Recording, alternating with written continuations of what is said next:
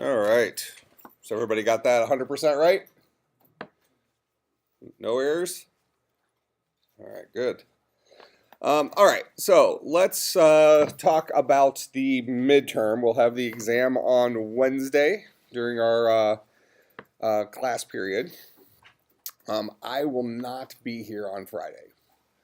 So I will try to have the grades done before I leave, but my flight leaves late evening on Thursday. So I'll be here on Thursday and everything, but I won't be here on campus on Friday.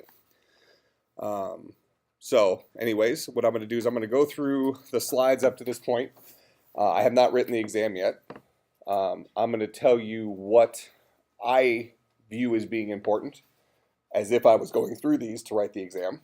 And chances are what I say right now is probably going to influence me when I write the exam. So hopefully I can give you a decent highlighted list of things that you should certainly put higher in your priority for the exam. Make sense? All right, so number one obviously is the Hello World program. All right. that will be on the exam. Now, what I want to do is for the exam, there's going to be a couple of programming questions, but I want a majority of this exam to be on that back information, the stuff that talks about the history of programming and the things like that. These first giant group of slides that we spent time on.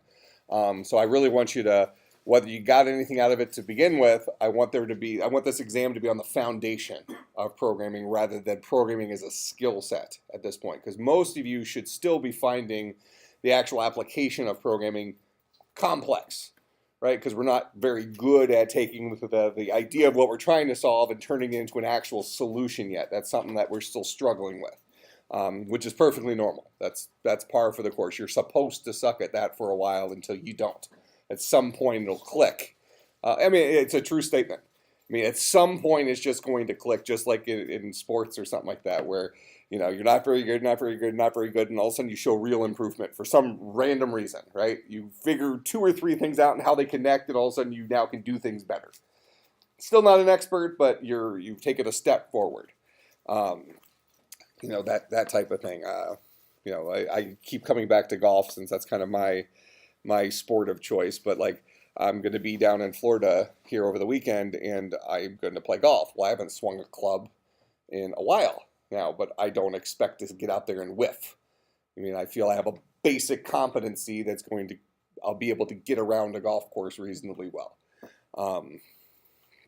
So same thing comes here. You're not going to be an expert, but at some point you'll go from complete noob to, advanced beginner to crappy intermediate, and then eventually you work your way up to something higher than that. So I'll try to.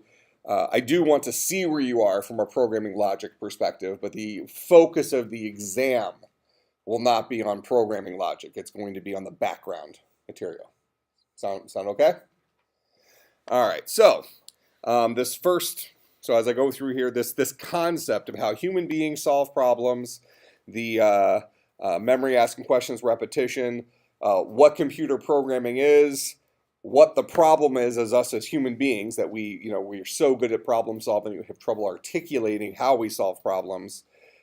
Then that mapping, all computer programming languages have facilities for accomplishing these things. Memory asking questions and repetitions, and then what's the job of a programming language? All right, so and then maybe this last piece, this all programming language is the same. So the job of a programming language is to provide us a power tool so that we can problem solve in a similar way to how we already problem solve and still talk to this alien being that's the computer. Make sense? So really that cluster of slides there, that's kind of a foundational piece. So there'll be some question dealing with that. I mean, probably I might ask you something like, what is the purpose of a programming language? Something like from this slide here. Or, what's the challenge for programming that makes it difficult for human beings to become programmers? So something dealing with these slides. Understand that workflow. Make some sense? So I can almost guarantee you there'll be one question dealing with that. possibly more than one. That's a very important foundation because everything we've talked about since then is built on top of that premise. You know, that we're too good at solving problems as opposed to we suck at solving problems. All right, so now we have to somehow map those two things together. All right, so history of programming languages, this thing, I probably would not ask you to like draw this picture. All right, you know, I do want you to kind of be able to relate the languages to each other. So for instance, we talked about evolution of C to C++, to Java, you know, that whole workflow thing there, kind of, you know, what was the difference between C and C++, for example? Or, you know, what's the difference between a procedural language and an object-oriented language, which is kind of a different way of asking that exact same question, right? What's the difference between C and C++?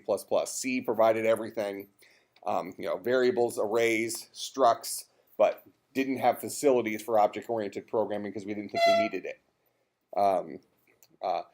I suppose I could ask a question. This seems like it would probably be a weird question to ask, so I probably wouldn't ask the question, but it's related to this topic. Kind of why didn't we think we needed object-oriented programming to begin with? Kind of our computers in 1968 weren't anywhere near as powerful as they are today, and the types of problems we were trying to solve with them weren't anywhere near as complex as they are today, or even in the 70s and late 70s and 80s. So we didn't know. We didn't know what we didn't know. So we thought C was a perfectly reasonable tool until we started relying on our computers to do even more work for us and started seeing some weaknesses in that power tool. It didn't quite, you think about a vacuum. The thing that popped in my mind there is every new commercial you see for a vacuum is they have bigger motors in them to pick up more dirt, right? Do we have less dirt before, so we didn't need as strong of motors, or I don't know what the deal is. But, you know, we have evolutions in our languages to help us solve a problem that we didn't perceive we needed to have solved before. Something like that. So evolution of C to C++. This concept of procedural versus object-oriented. I might ask you what's the difference between a procedural language and an object-oriented language. Give me an example. Maybe I might even say other than a telephone, something like that. So that maybe gives you the hint that I'm talking about the telephone slide, but forces you to make the jump. Tell me about it in a different example other than a telephone. So then the jump to Java, what was a weakness of C++? So, you know, the problem we identified here with C++ is that it empowers the programmer to make bad decisions. So I might ask you is what kind of bad decisions did C++ allow a programmer to get away with? That was the thing dealing with memory. A programmer would allow us to, or C++ would allow a programmer to hand somebody a house rather than the address of the house. Probably use the example of something about, you know, if you're inviting me to your party, do you hand me the house and tell me to open the door at 8? Or do you tell me where I can find your house and to get there at 8, right? All right, so in real life, it would never make sense to hand somebody a house. Well, in C++, a programmer could choose to hand somebody the house. Now, is that necessarily horrible? Well, by today's standards, maybe not the end of the world because we have plenty of memory. But back then, potentially disastrous. We might run out of computer memory with a very small program because we're passing everything by value. We're passing houses by value and all sorts of other objects by value as opposed to giving you the address where they live. All right, so C++ gave the programmer a lot of latitude to make those decisions, which also gave them the power. If they could harness those decisions and make the correct decisions, they had a lot of control over actual memory. So kind of with great power comes great responsibility, that type of thing. Is that a Batman quote? It's from Superman? Spider-Man. Spider-Man? Spider-Man didn't really have that great of power. See, that's why I'm interested in this upcoming movie, the Batman versus Superman. So it's been mostly explained to me that the big premise is that Superman just doesn't want to kill somebody. I mean, if Superman went full-fledged, uppercut, doesn't Batman's head come off? Well, that doesn't go well, does it? So Batman is just human. Right, exactly. So it seems like the real premise deals with Superman won't take that step to kill a person. So that's his weakness, right? Seems to be the premise. Because that fight, how do you get an hour and a half or a 2 hour movie out of that fight? I don't think it goes. Yeah, it's done. It's over. So it would kind of be like me versus Batman. It's not going to go well. Okay, I'm built for comfort.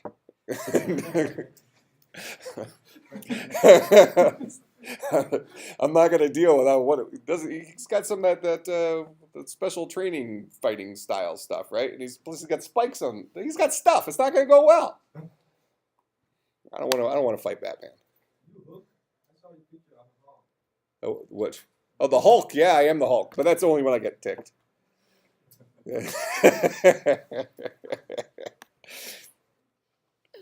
Now that's a real fight. Hulk Hogan.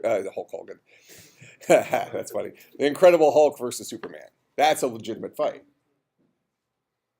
I'd watch that movie. He's the best part of the Avengers movie, is the Hulk. All right. So when we talk about the evolution of Java, that's kind of quote upgrade to C++, but they almost oversolved for the problem. Right, so they said, okay, well, we're going to take almost all the decisions away from the programmer. We're going to do a whole bunch of crap for them, so that the programmer really can't get into trouble. But they also have now lost some of that power. They have to play within the rules, even though they don't even know it.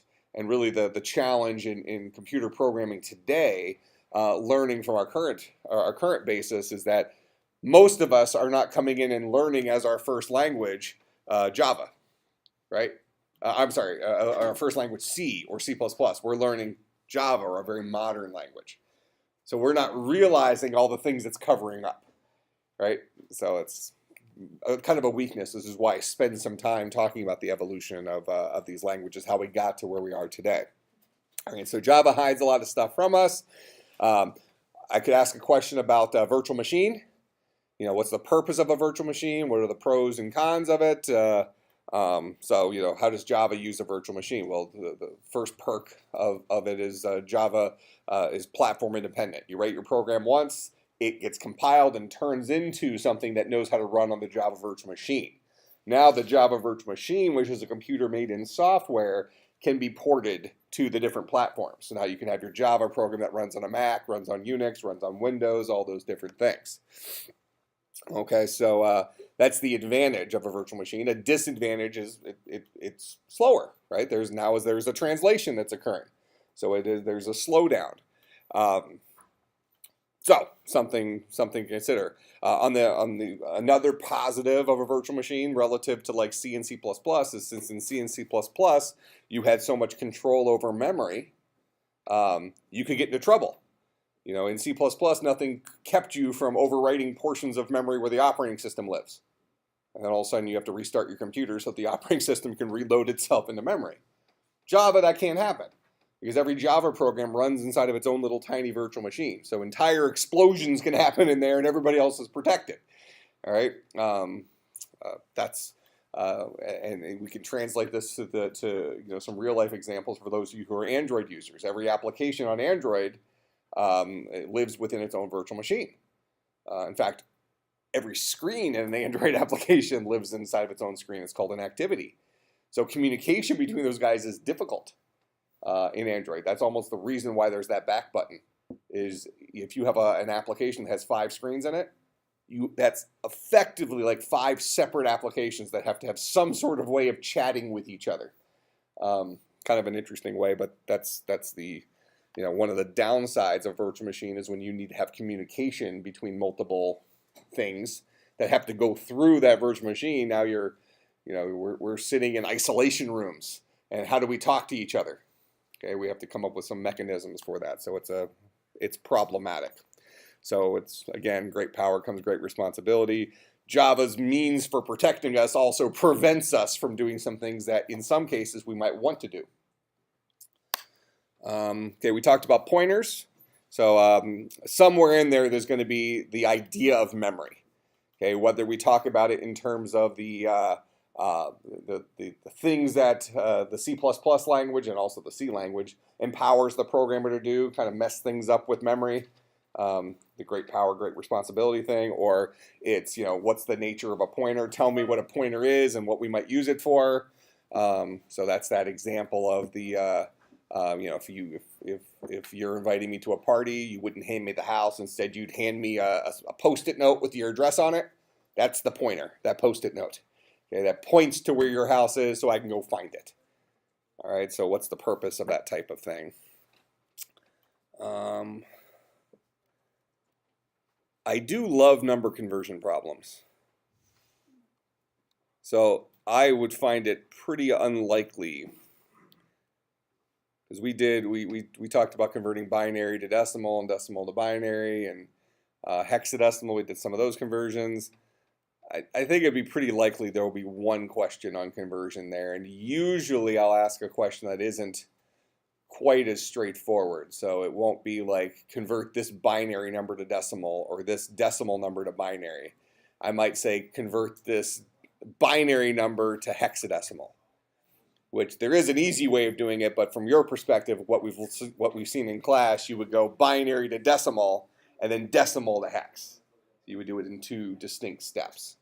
So probably one question dealing with conversion. I do like conversion questions. So as I'm going through these slides, as soon as I hit this slide, I'm going to probably say, ooh, conversion question. So that'll very likely make it onto the test.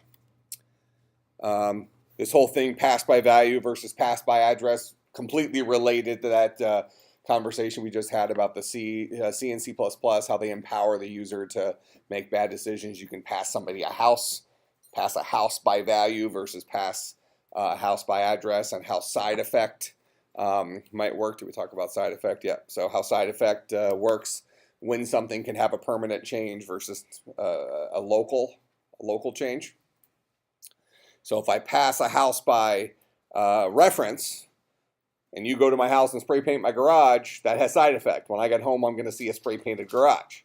If you pass the house by value, give me a copy of the house. I think we probably used a quarter as the example, right? So if I ask you for a quarter and you hand me a copy of the quarter from your pocket, so you have 3 quarters in your pocket, you give me one of them, anything I do to that quarter has no impact on the other quarters in your pocket. That's no side effect. All right? So this all deals with that conversation about memory. So I put that on a fairly high pedestal, understanding the impact of control over memory versus Java preventing us from having access to that, the pros and cons, the good, the bad, the ugly. Structs versus classes. This is really also in that conversation of Java to, or C++ to Java, how in C++ we had structs and classes, and in C we had just structs. C++ we added a class, so we had structs and classes. Java then made kind of the decision that a class without methods is kind of like a struct. So why do we need structs when we can just use both? We can just use one, rather. Why do we need structs when we can just use classes to represent both? That's what I meant to say. The reality is that structs are passed by value by default. Classes are passed by address by default. So there is an innate difference in side effect when it comes to those two things that Java seems to ignore. Yep. So structs and classes are passed to functions? Both of them could be, yeah. That's when I say passed by value or passed by address, we're talking about how that kind of thing is passed to a function or a procedure. When I hand an object to a function, by default that object is passed by reference. So I'm not actually giving it the object, I'm just giving him a Post-it note telling him where he can find this object in memory. If I'm passing him a struct, I'm creating a copy of this struct and actually handing him the real thing. Does that make sense? All right, so Java seemed to make the decision that a struct identical to a class without methods. A majority of the time, you could probably look at it that way. But if you do try to change it, they do behave differently. So we might say that that is a, I don't know about a mistake that Java made, but certainly a decision that Java made that has an underlying consequence that many developers specifically modern developers, who didn't come up through those things, might not be aware of. So maybe it impacts actually an older developer more.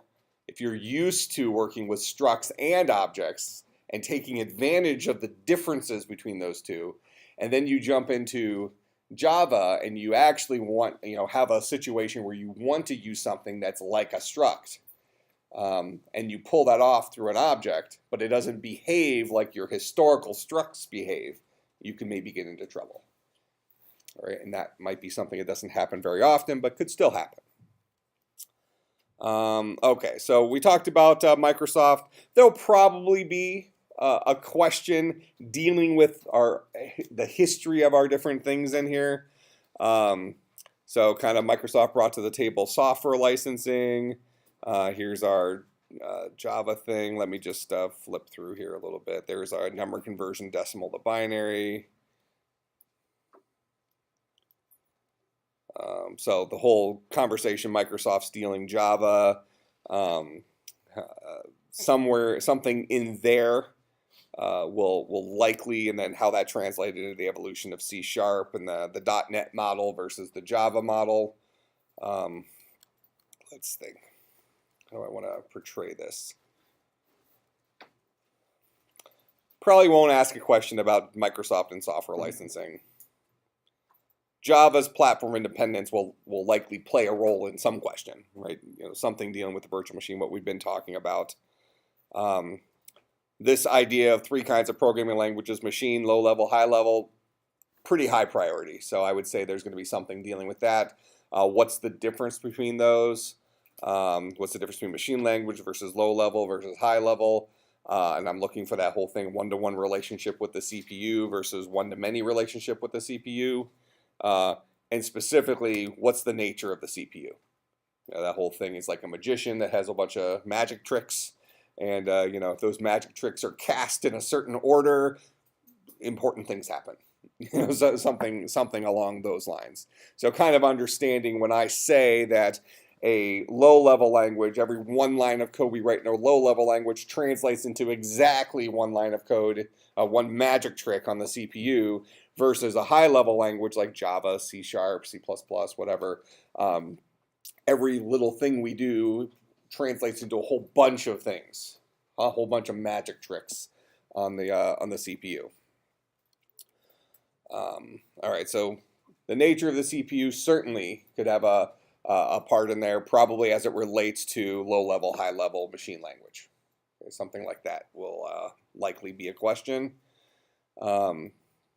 Interpreted versus compiled languages, certainly it would be more than fair game. I think I don't want to promise it, but that could certainly in that whole conversation of our different types of languages, you're probably going to find 2 or 3 questions, right? Dealing with what do I mean when I say interpreted versus compiled, and what impact does that have? So interpreted languages are relatively slow, compiled languages are relatively fast, because interpreted languages are happening during runtime, where we're converting between that high-level language to the low-level language, to the magic tricks on the CPU while the program is running versus prior to the program running. So that's innately slower. That doesn't mean we would notice because our computers are really fast, but it is innately slower. The job of a compiler converts high level to low level. This would be our compiled languages. This is the step that happens prior to the program actually running. This side comment makes bad programmers look better at the low level. So the idea is if we wrote accurate, but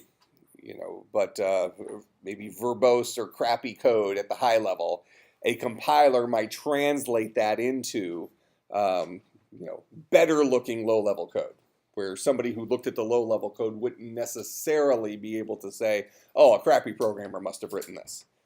All right. Probably won't make the test, but still something you should understand in that world. I mean, that exact concept probably wouldn't make the test, because that's more of a maybe a goal of a compiler. Make a bad programmer look like a good programmer. But how that relates to something we've been talking about in here more recently is, and something I've been trying to do in class, is be very verbose with our solutions. So we talked about a little bit ago about how a weakness that most of us are going to have right now is going to be making that translation between how the example I used this morning with a student was we all could play tic-tac-toe, right? Every one of us could sit down and we could play tic-tac-toe against each other. That's not a hard thing for a human being to do, right? Most of us probably should be able to play competent tic-tac-toe, but we can all play tic-tac-toe.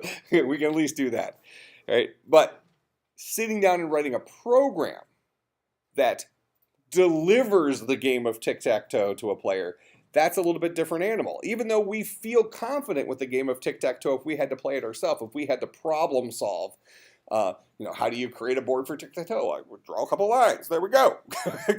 And we've kind of decided that we know how that board's supposed to work. We know that we can't make two moves in the same little square and that kind of stuff. But when we translate that over to problem solving for writing software, that's a harder skill for us right now. Okay? So right now we need to spend a lot of our time drawing pictures, writing down all the little steps. An example I often use, I don't know if I actually used it in here, but maybe the process should go something like this. Understand the problem, so let's assume we're making lasagna. I probably use that as an example in class, right? Especially as close as this is to lunch. I start getting, we start thinking about lunch pretty quickly here. So let's say you're making lasagna. First of all, you want to understand what you're going to try to make. So there's different kinds of lasagna. So we're going to make an agreement on what the lasagna is going to be. Then we want to think, okay, well, what kind of stuff we're going to put in there? What are all the ingredients that we're going to need? Okay, now we need to have a game plan. What's the order in which these ingredients need to be applied, and when do I have to call side functions to mix these certain ingredients together or chop these ingredients up, that kind of stuff. At what point do I actually put stuff into the oven and at what temperature and for how long and all these things, right? We have to have a game plan because the order of operations is important, okay? We don't cook the pan before we put stuff in the pan, right? Kind of an important thing. So if we're kind of looking at this and how we solve problems as a human being and trying to translate that to how we become a programmer, we might say understand the type of lasagna you're going to make. Then come up with a game plan for what all is going to go in the lasagna. Then create a recipe for how you apply those things to making lasagna. Then hand it to a beginning cook and say, if I gave you this, could you follow these steps to actually make a lasagna?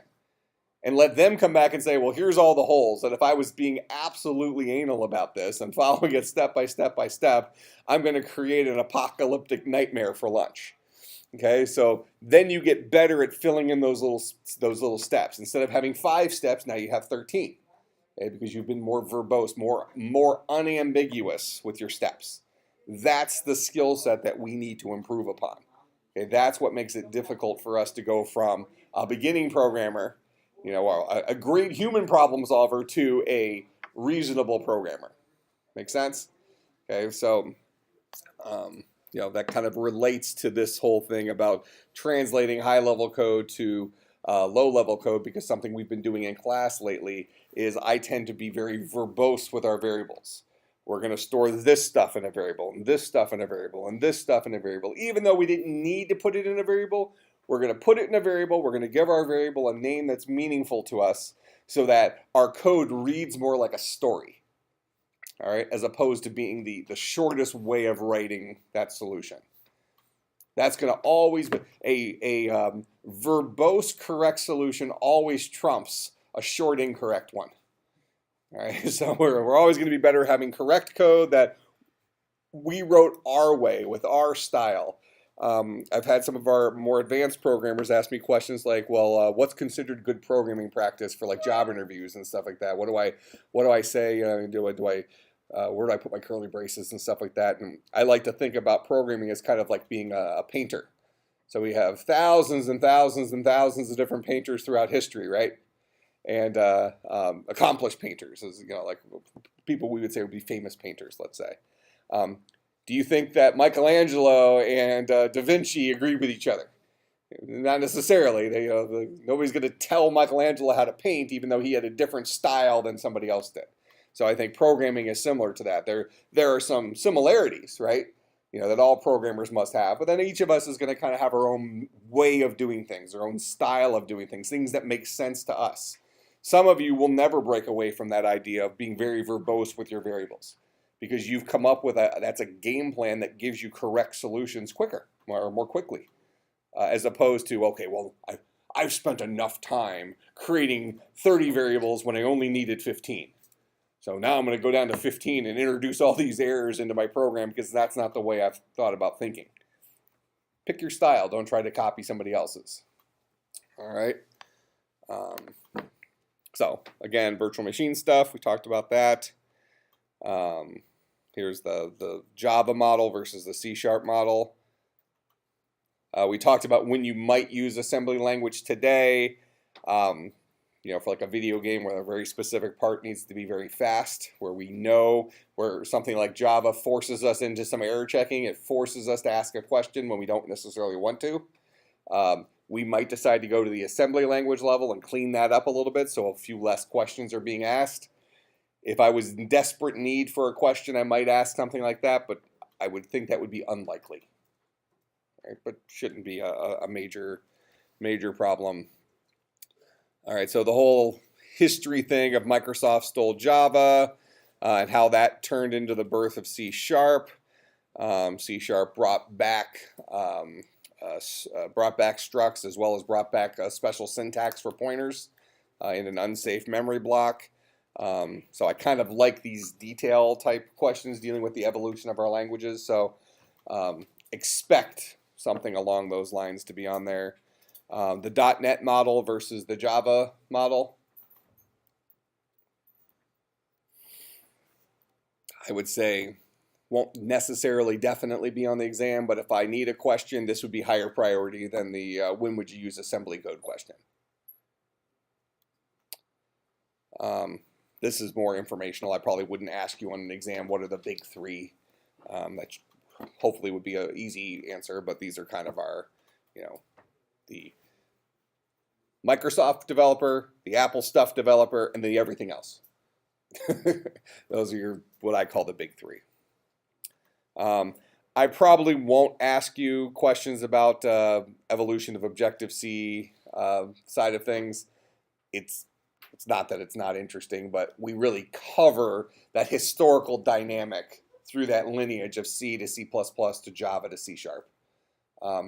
The final connection is made when we got to Swift, so I think that Swift is more important, but that Objective-C and Objective-C 2.0 lineage, really not that important for us. It's just a reiteration of what was happening on the left-hand side, except it only affected Macintosh people.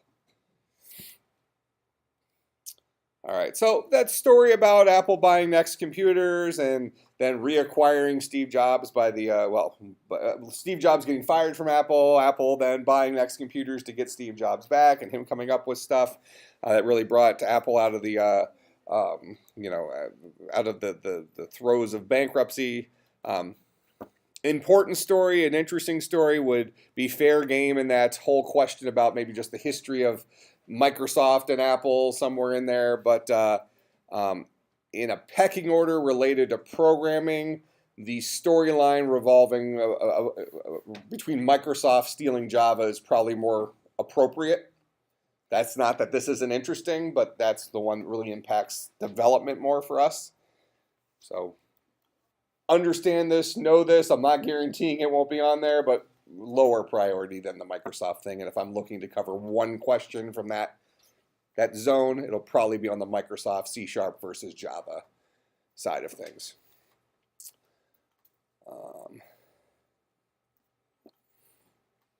Okay, so now we start getting into the Alice stuff specifically. As far as programming in Alice, something that I would likely do is, just because of the nature of Alice, I would probably write a function and ask you to tell me what that function does, as opposed to ask you to write a function directly using Alice, because that wouldn't translate real well to a written exam, right?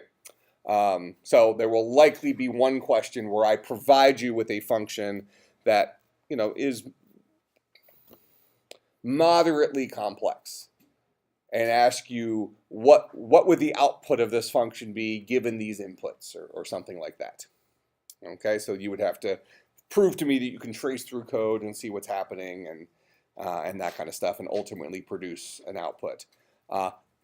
There will likely be another question that would be more of a programming skill set type question, where I would ask you to write me in pseudocode or in English, write me a recipe for solving a specific problem, not necessarily using Alice, or I mean, you could write it in Java if you wanted to, you can write it in pseudo Alice if you wanted to, but I'm actually really just looking for a step-by-step list of instructions for what to do to solve a problem. So making you show me that you have some skill in breaking a problem down into its baby steps and then giving me that first step. So not necessarily a perfect end solution, but a pretty solid list of steps that would translate well to me taking that and converting it to Alice or Java and not having to make drastic changes to it.